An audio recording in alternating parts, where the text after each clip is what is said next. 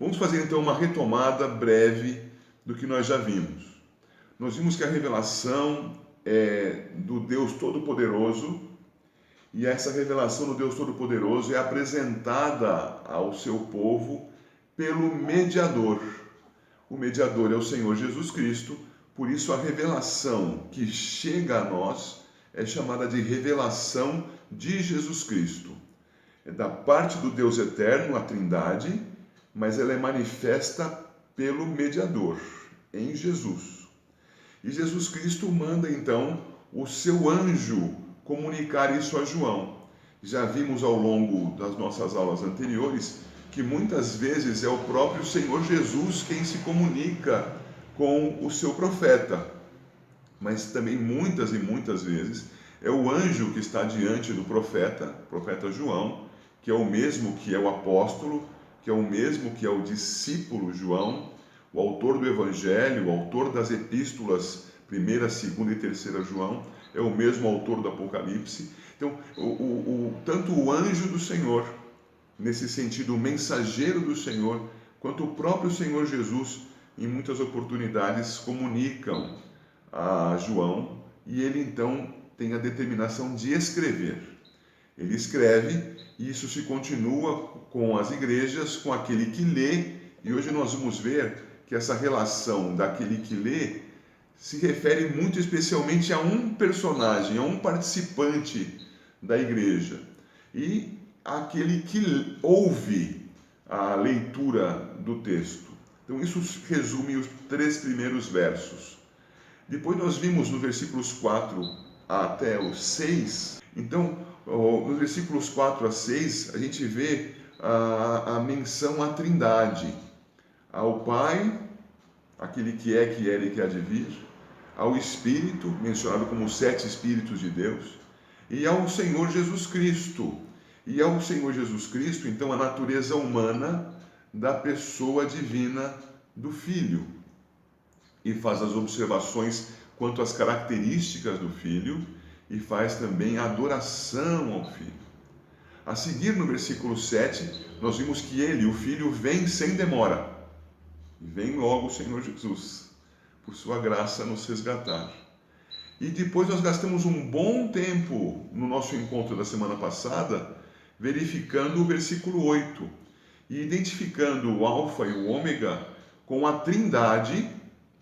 Tá? A Trindade é Yahvé, é o Deus Todo-Poderoso, mas a Trindade é o Deus Todo-Poderoso tripessoal, e nós sabemos, o Pai é totalmente Yahvé, o Filho é totalmente Yahvé, o Espírito é totalmente Yahvé. E aqui nós podemos perceber pelo contexto que a menção é ao Filho no versículo 8. E fizemos isso com algumas relações dos textos no capítulo 1, no capítulo 2 e especialmente no capítulo 22, apontando Jesus Cristo é o Alfa e o Ômega, o primeiro e o último, o princípio e o fim, aquele que é, que era e que há de vir. Tudo isso nós vimos nas aulas até aqui, e foram já, se não me engano, 8 encontros que nós tivemos, graças ao bom Deus. Hoje, então, nós vamos tomar tudo isso que tínhamos no pano de fundo do capítulo 1 para os capítulos 2 e 3. É essencial pensarmos no capítulo 1 para pensarmos nos capítulos 2 e 3, e vocês verão, com o passar dos estudos das igrejas, que os capítulos 2 e 3 servem também de ambiente para todas as demais seções do livro do Apocalipse.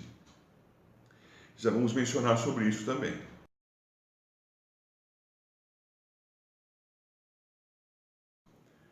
Capítulos 2 e 3. Vamos dar uma vista geral nesses 2 capítulos. Como eu mencionei agora há pouco, é um cenário para o restante do livro. Então, em relação às 7 igrejas, em relação às igrejas, ou se você quiser entender melhor, a igreja toda, de toda a história entre a primeira vinda e a segunda do Senhor Jesus, a igreja toda, de toda a história entre a primeira e a segunda vinda do Senhor Jesus, está aqui representada nos capítulos 2 e 3. E é sobre esta igreja que todos os eventos descritos no livro do Apocalipse se aplicam. Então, quando nós falamos do livro do Apocalipse, nós temos que nos dar conta de que isso se refere à igreja no mundo. O Senhor está revelando não para as nuvens, não está revelando para as árvores, não está revelando para as estrelas aquilo que vai acontecer e tem acontecido sobre a igreja. Ele está revelando isso para a igreja.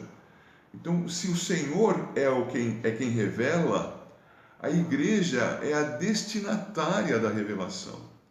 Quando vemos então os capítulos 2 e 3, nós temos que entender que todo o restante do livro vai ser aplicado sobre os capítulos 2 e 3. Vamos especificar isso um pouquinho mais, de maneira apenas exemplificativa. Com a sua Bíblia aberta aí, por favor. Vá lá para o capítulo 2, versículo 7. Diz assim: Quem tem ouvidos, ouça o que o Espírito diz às igrejas. Ao vencedor, dar-lhe-ei que se alimente da árvore da vida que se encontra no paraíso de Deus. Nós podemos pensar, a árvore da vida está se referindo a Gênesis, lá no capítulo 2, que o Senhor fez a árvore da vida, colocou lá no centro do jardim, mas também fez a árvore do conhecimento do bem e do mal, que foi a única proibida. É isso que ele está falando? Sim, mas ele vai fazer referência direta à árvore da vida no livro do Apocalipse. Em Apocalipse 22, versos 2 e 14. Eu estou vendo que vocês estão indo abrir a Bíblia lá, então nós vamos todos juntos. Apocalipse 22, verso 2. No último paralelo, a gente vê assim: no meio da sua praça, de uma e outra margem do rio, está a árvore da vida, que produz 12 frutos, dando o seu fruto de mês em mês, e as folhas da árvore são para a cura dos povos. A observação feita no capítulo 2, verso 7, é panorama, é o pano de fundo para isto que vai se completar lá no capítulo 22. Então, voltando para o capítulo 2, estes vão poder se alimentar da árvore da vida, que é mencionada no 22. Compreendem? Então, ele está preparando, apresentando o estúdio de gravação. É nesse ambiente que acontece a história que o Apocalipse traz para nós. Ok. Agora não se assuste, vem um quadro, tá? Esse quadro também está no seu livro. Olha o quadro aí. O que diz esse quadro? Ainda nessa porção introdutória aos capítulos 2 e 3, esse quadro mostra para a gente que cada uma das 7 cartas para as 7 igrejas tem a mesma estrutura. Então, se você olhar a estrutura da carta escrita para a igreja de Éfeso, a igreja que estava em Éfeso, você vai verificar que a estrutura se repete com mínimas alterações em cada uma das demais 7 cartas. Isso nos permite, então, fazer um paralelo das 7 cartas, identificar pontos em comum entre elas. E esses pontos em comum estão nessa linha preta da tabela aí. Existe sempre saudação, existe sempre a apresentação do Senhor Jesus como aquele que entrega a mensagem. Existe em boa parte das cartas, em 6 delas, algum elogio do Senhor para a igreja para a qual a carta é direcionada por meio do seu anjo. Existe palavra de condenação para muitas das igrejas, advertências, e como você vê, a exortação e promessa. Promessa e exortação tem para todas elas. Então a gente percebe que existe uma estrutura nas cartas. Não foi alguma coisa escrita ao léu. Vamos ver o que vem aqui e anota. Não. Existe uma sequência de informações e de abordagens que são apresentadas para as igrejas por meio dos seus anjos. Eu não vou ver tudo isso não, tá, gente? Isso nós vamos ver ao longo dos nossos encontros. É só para vocês terem isso como uma referência para o seu estudo. Fechando, podemos ver então alguns exemplos desse cenário estruturado nos capítulos 2 e 3 para todo o livro do Apocalipse. Também podemos ver que há a estrutura comum a todas as 7 cartas dirigidas às 7 igrejas. E se Deus quiser, no nosso próximo estudo, começaremos a ver aquilo que o Senhor Jesus mandou entregar ao anjo da igreja de Éfeso.